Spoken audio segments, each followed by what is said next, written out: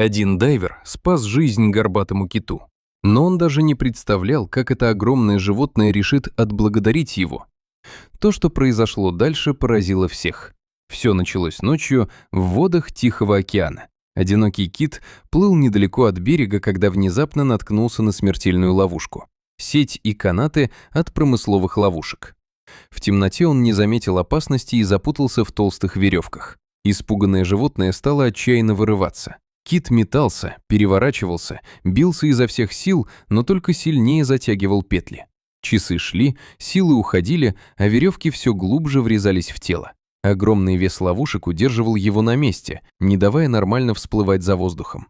К утру Кит был на грани гибели. На следующий день команда судна Pacific Sentinel вышла в море по обычному маршруту. Среди них был опытный дайвер Эндрю. Внезапно по рации поступил тревожный сигнал от рыбака. В океане замечено животное, которое отчаянно борется за жизнь.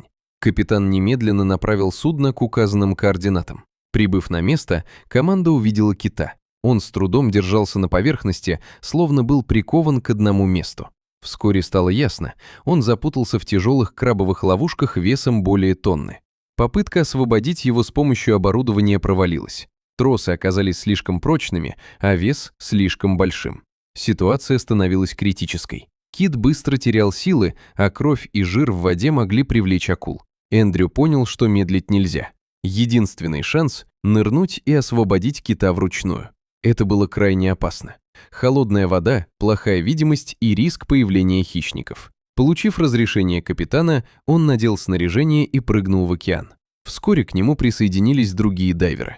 Подплыв к киту, Эндрю увидел, насколько серьезна ситуация. Веревки глубоко врезались в тело, оставляя раны. Кит был истощен и напуган. Чтобы успокоить его, дайвер осторожно прикоснулся к нему и начал медленно с ним разговаривать, давая понять, что не причинит вреда. Затем он достал нож и начал перерезать канаты. Это была ювелирная работа. Одно неверное движение, и тяжелые ловушки могли утащить его на дно. Несмотря на усталость и риск, Эндрю продолжал. Постепенно, канат за канатом, кит освобождался. Остальные дайверы помогали, одновременно следя за возможной опасностью вокруг. Наконец, последняя веревка была перерезана. Кит мгновенно нырнул в глубину и исчез. Дайверы облегченно вздохнули. Спасение удалось. Но самое удивительное произошло дальше. Спустя несколько секунд кит вернулся. Он подплыл прямо к Эндрю, который все еще находился в воде. Огромное животное аккуратно коснулось его, словно проверяя, все ли в порядке. Затем кит начал медленно кружить вокруг дайвера, мягко подталкивая его, как будто играл. Он двигался невероятно осторожно, чтобы не задеть человека. Несколько минут кит плавал рядом, демонстрируя удивительное поведение, словно выражал благодарность. Это было похоже на поведение домашнего животного, которое радуется своему спасителю. Команда на борту не могла поверить своим глазам.